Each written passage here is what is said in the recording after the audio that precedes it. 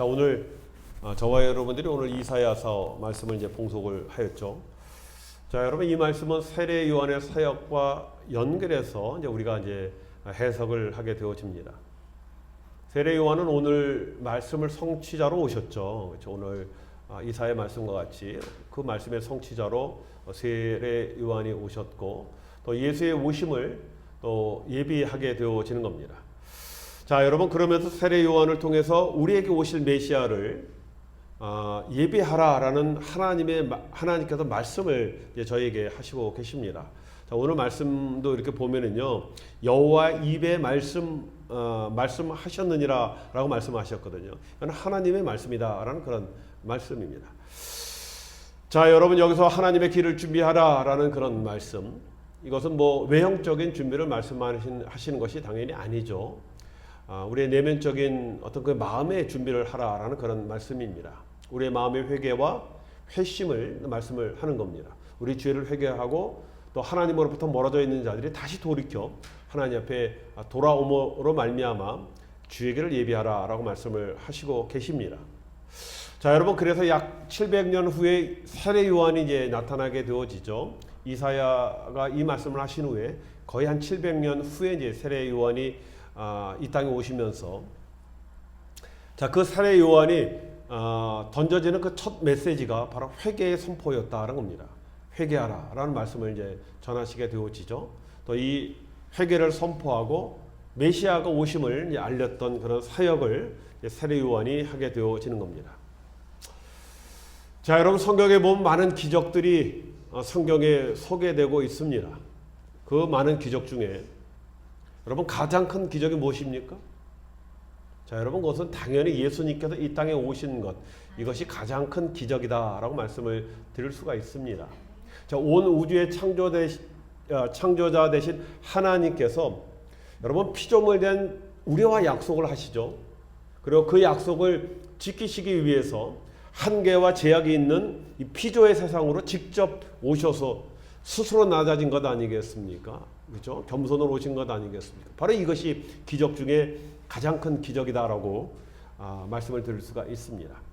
자, 여러분 그래서 우리는 예수님 오심을 감사하고 기뻐하는 것뿐만 아니라 또 회개와 회심의 마음으로 우리 주님을 맞이하는 그런 우리가 성탄이 되어야 하는 것입니다. 자, 여러분 2000년 전에 우리 예수님께서 이 땅에 오셨죠. 뭐 당시의 사람들에게는 뭐 이 예수님이 오신 그 사건이 특별한 그런 사건은 아니었습니다. 뭐 사람들이 관심이 없었거든요. 당시의 유대인들도 이것을 알아차린 그런 사람들이 없었습니다. 근데 누가 알아차립니까? 페르시아인이었어요. 그렇죠? 성경에 보면 동방박사라고 이렇게 나와 있습니다. 동방박사들. 우리는 이제 동방박사 3명 그러는데 뭐 여러분 3명이라는 말은 없어요. 성경에 보면은 동방박사들입니다. 자, 그분들이 3가지의 이제 선물을 드리다 보니까 우리가 한 사람당 한 개씩 그래갖고 우리가 3명 그렇게 생각하는데 꼭 그렇지는 않죠. 자, 요셉이 호적 등록 하나 가는 중에 예수님을 베들레헴 마구간에서 나셔서 이제 말구에 누이시는 이제 그런 사건이 되게 되어집니다. 여러분 마구간이라고 해서 지금 우리가 생각하는 그런 마구간과 개념이 좀 많이 틀리지 않습니까? 말구이도 뭐 마찬가지였고. 또 우리가 이제 목수의 아들로 우리 예수님께서 이제 이 삶에서 이제 삶을 사시는데 뭐 지금과 같은 꼭 이런 꼭 카펜터를 얘기하시는 그런 직업은 꼭 아니었거든요. 자, 그렇지만 우리 예수님은요, 또 형으로서, 또 때로는 오빠로서, 또 부모님의 아들로서, 또 때로는 한 가정을 이끌어가는 가장 평범한 그 가장으로서 우리와 같은 그런 삶을 사셨습니다. 자, 그래서 그분은 우리의 모든 것을 이제 체육을 하신다라고 말씀을 드렸죠. 우리가 똑같은 것을 경험하셨기 때문에 그분은 우리의 눈물을 아세요. 우리의 아픔을 직접 경험하셨기 때문에 우리의 아픔을 아십니다. 자, 그래서 3년 동안 공생의 사역 속에서도 우리의 아픔을 많이 위로하세요. 하나님 나라를 전파하실 뿐만 아니라 사람들의 그 아픔을 위로하시고 또 치료하시고 또 하나님 나라를 선포하시면서 그 아픔과 눈물이 없는 것, 또 감사와 기쁨의 그 영원한 그 하나님 나라, 그 천국 소망을 우리에게 전하셨다는 겁니다. 자, 이것이 우리 주님께서 오신 그런 일이셨거든요. 자, 이것이 바로 우리는 뭐라고 얘기합니까? 이것이 바로 은혜라는 거예요. 바로 이것이 기적이다라고 우리가 말씀을 드릴 수가 있습니다. 자, 여러분, 당시의 유대인들이요, 유일신을 믿는 그런 사람들이었죠. 그렇죠? 그들이 믿는 하나님은 너무나 신성하여서 감히 이름을 부르지 못하였거든요. 그 하나님 너무나 정말 감히 엄두가 나지 않으니까 유대인들은요, 그 하나님 이름을 부르지를 못했습니다. 뭐라고 불렀냐면 하나님을 아도나이라고 불렀어요. 아도나이. 아도나이는 어떤 뭐 이름이 아니라 그냥 주라는 그런 뜻이에요. 주. 그냥 주. 그렇죠? 나의 주인 되신 나라는 그런 주라는 의미를 갖고 있습니다. 자, 그런데 우리 당시에 우리 예수님의 이름은 뭐였습니까? 예수라는 그런 이름이었거든요. 근데 여러분, 이 예수란 이름이요, 굉장히 흥원한 이름이었습니다. 우리 옛날에 우리 철수 순이, 오늘 다행히 김철수 집사님이 안 오셨는데, 그와 같은 아주 흔한 그런 이름 아니었습니까? 자, 그런데 바로 이 예수를 하나님으로 부르는 것, 이게 상상할 수 없는 거예요. 당시 유대인들은 이건 뭐 있을 수 없는 너무나 강력한 신성 모독이었습니다. 용서가 되어질 수 없는 그런 것이었어요. 자, 여러분, 이것 때문에 우리 그리스도교, 기독교와 유대교의 갈등이 시작되어지는 겁니다. 다른 문제가 아니라 바로 이거예요. 예수를 하나님이다라고 하는 것. 뭐 당시에 뭐 지금 유일신 종교가 지금 뭐 이슬람교와 유대교, 기독교 있지 않습니까? 이 갈등의 원인은 딱 이거 한 가지예요. 예수를 하나님으로 부르는 것. 자, 여러분, 마태복음 1장에 보면요, 마태는 1장 1절에서 이스라엘의 족보를 말씀을 하고 있지 않습니까? 자, 그런데 그 족보를 무슨 족보라고 얘기해요? 예수 그리스도의 계보라고 말씀을 하고 있습니다.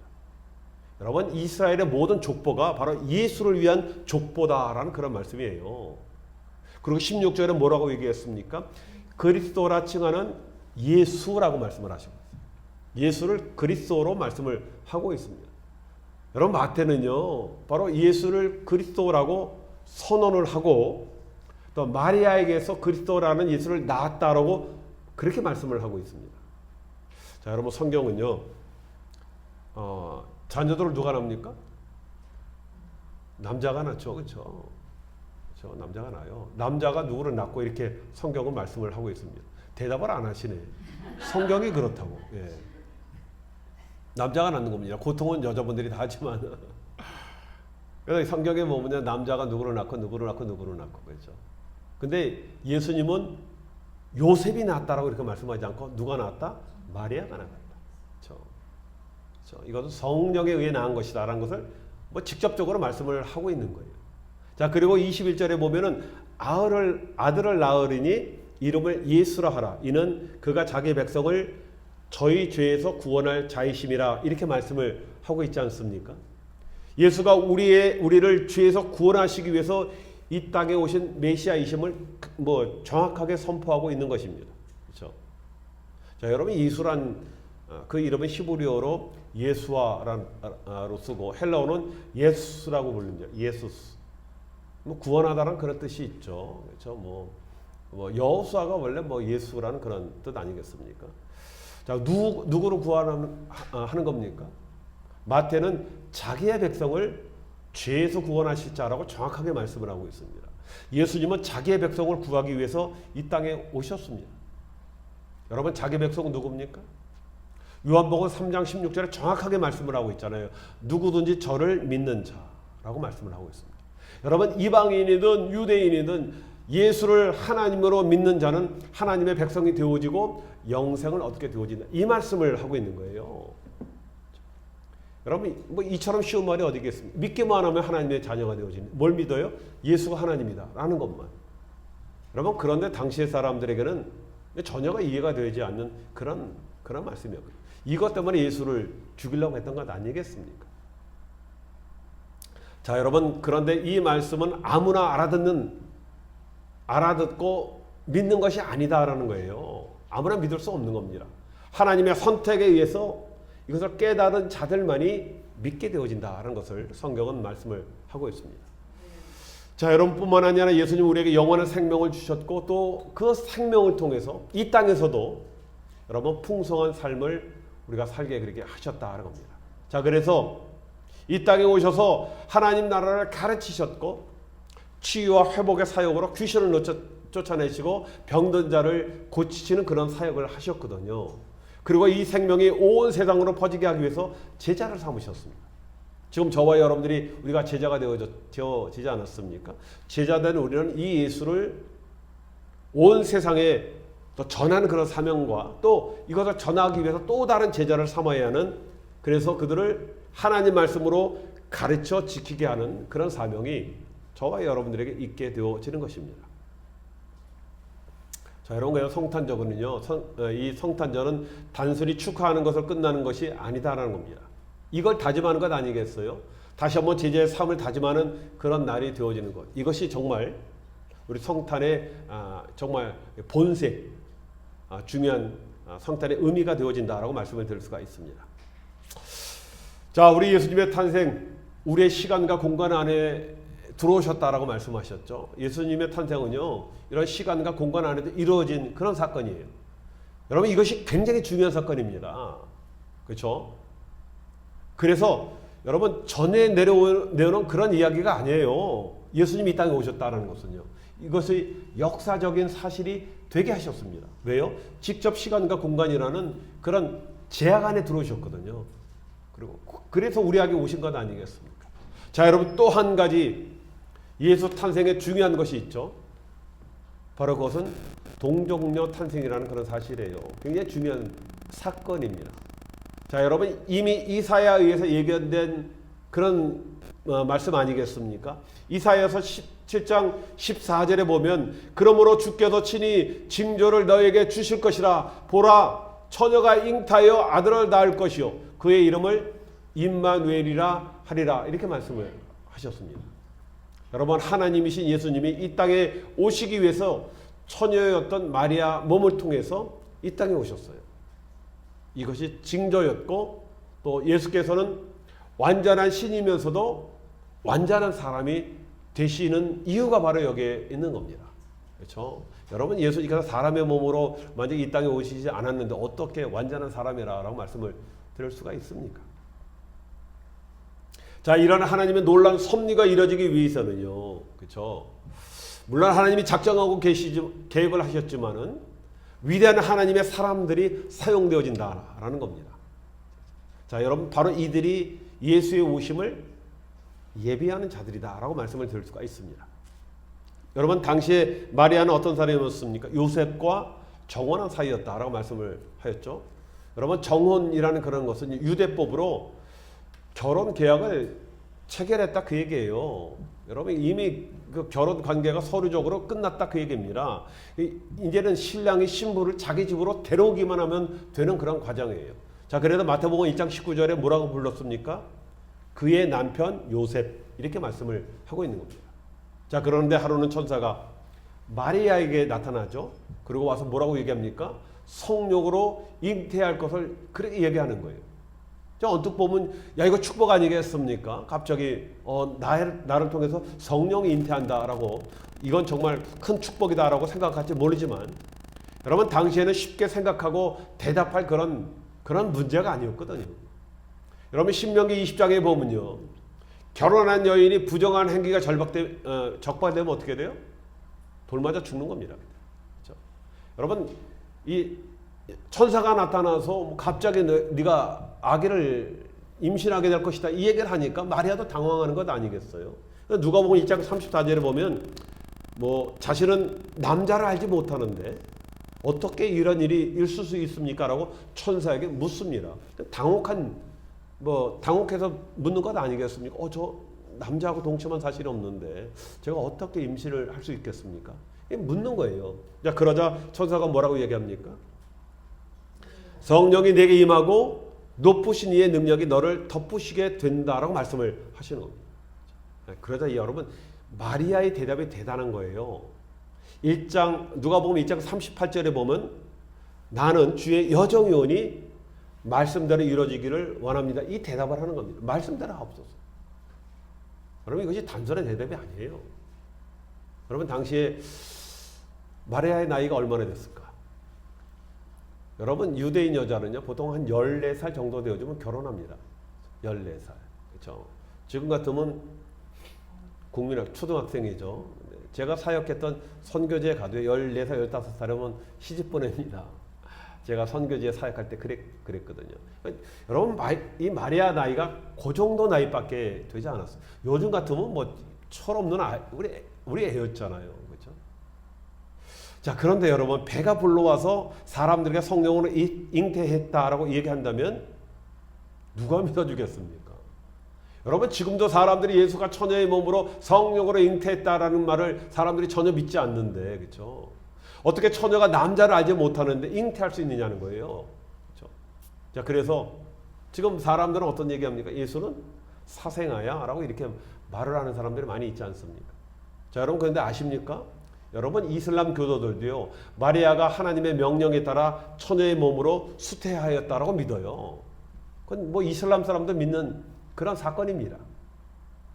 자, 마리아는요, 어린 나이에 이것을 감수할 수 있을 정도로 그런 믿음의 사람이었고, 주의 길을 준비하는 그런 자가 되기로 자기가 스스로 결정을 한 겁니다.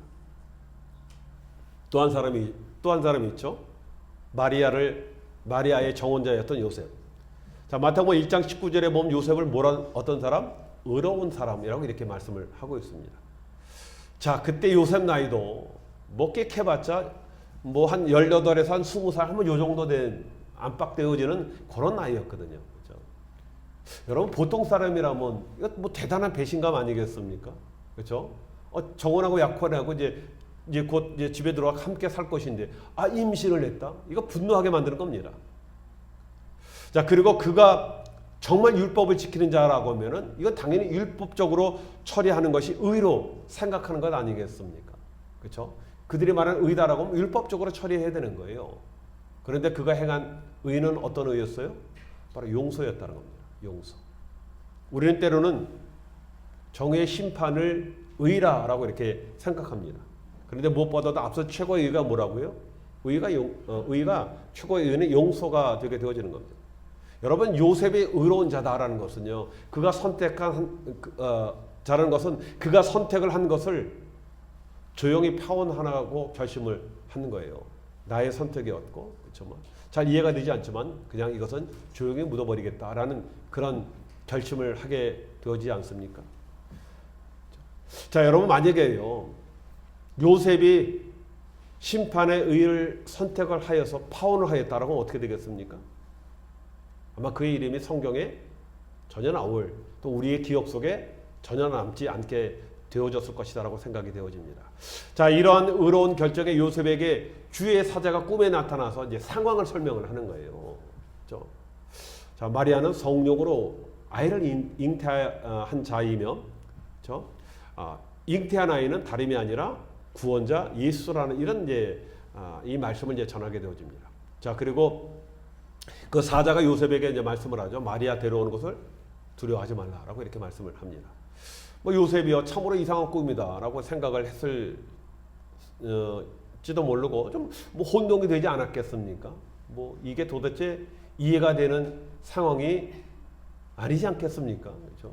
뭐 성령으로 잉태된 아이라는 것이 도저히 무슨 말인지 이해가 되지 않았을 것입니다. 자, 그런데 여러분, 마태복음 1장 24절에 보면 뭐라고요? 이렇게 얘기를 해요. 주의 사자의 분부대로 행하여 라고 말씀을 하고 있습니다. 사자가, 천사가 얘기하는 대로 그냥 순종하는 겁니다. 마리아가 천사가 말한 대로 그렇게 이루어지기를 원합니다라고 순종한 것 같이 요셉도 똑같이 그렇게 행하지 않습니까? 그렇죠? 자, 그 천사의 말대로 요셉은 그냥 순종을 하는 거예요, 일단. 그리고 아내를 데려와서 이제 아들을 낳을 때까지 동침하지 않았다라고 성경은 말씀을 하고 있습니다. 자, 여러분, 때로는요, 우리도 도저히 이해되지 않을 때가 있어요. 특별히 우리 하나님의 일에 대해서는 이해되지 않는 그런 일들이 얼마나 많이 있겠습니까? 상식적으로나 뭐 경험적으로 우리가 알고 있는 그런 지혜로 이해되지 않는 그런 때가 많이 있거든요. 때로는 그럴 때 우리는 이 상황을 믿음으로 받아들여야 한다는 겁니다. 그렇죠? 요셉이 그렇게 했어요. 이러한 순종에 하나님의 뜻이 이루어지게 되어지고 요셉은 주의 길을 예비하는 자가 되게 되었다는 겁니다. 자, 이런 하나님의 사람들이 주의 길을 예배함으로 말미암아 예수님께 이 땅에 오실 수 있었던 거예요. 만약에 뭐 그런 모든 절차가 없이 그냥 갑자기 하늘로부터 하나님이 내려왔다. 이거 뭔가 좀 그렇죠. 뭐 하나님은 되실 수 있겠지만은 그분이 완전한 인간은 되실 수 없는 것 아니겠습니까? 자, 여러분 하나님께서는 언약을 이루어지게 하기 위해서 하나님은 이 사람들을 사용하십니다. 메시아신 예수님이 오시기 위해서 많은 선지자들이 사용되지 않습니까? 그 오실 메시아를 예언의 말씀을 선포하게 되어지고 또 요셉, 마리아, 세례 요한 이렇게 사용되어진 것 아니겠습니까? 여러분 특별히 세례 요한은요 예수님보다 6개월 먼저 이 땅에 오게 되어서 이사야 말씀을 사람들에게 전파를 하게 되어집니다. 주의 길을 예비하라 이 말씀을 사람들에게 전파하지 않습니까? 주를 위해 많은 사람들이 주의 길을 예배하도록 그렇게 하였다라는 겁니다. 자, 여러분뿐만 아니라 앞으로도요 많은 자들의 주의 길을 예비하는 자로 순종을 하여야 하는 것 아니겠습니까? 왜요? 예수님은 다시 오시겠다라고 약속을 하셨거든요. 그 다시 오실 예수를 우리는 다시 또 예비하는 그런 준비하는 자로서 예비하는 자로 우리가 우리의 삶을 살아야 하는 것입니다. 자, 오늘 성탄을 맞이해서 우리 예수님의 탄생을 감사할 뿐만 아니라 내가 어떻게 사용될 것을 우리가 기억할 필요가 있어요. 그리고 내가 다시 오실 그 예수를 또 예비하는 그런 자로 내가 그런 삶을 살겠습니다라는 결단이 필요합니다. 자, 여러분 그래서 우리 예수님의 탄생이 그냥 2000년 전에 그냥 역사적인 사건으로 끝나는 것이 아니라 오늘 다시 우리 주변의 사람들 안에 이 역사적 사건 탄생이 다시 놀라운 사건이 되게 하여야 되지 않겠습니까? 아직까지 예수를 모르고 그 마음에 예수를 품지 못하고 예수를 낳지 못하는 그런 자들이 다시 그 마음에 예수가 나게 함으로 말미암아 그도 그렇죠? 그 역사적인 예수를 구세주로 받아들이게 하는 그 일들을 우리가 해야 할 그런 사명이 우리에게 있다는 겁니다. 자, 그러기 위해 내가 주의 길을 예배하는 자가 되어서 또 그런 자가 되기 위해서 또 우리가 결단하고 또 하나님 앞에 사용되어질 수 있는 저와 여러분이 되시길 주님의 이름으로 축원드리겠습니다.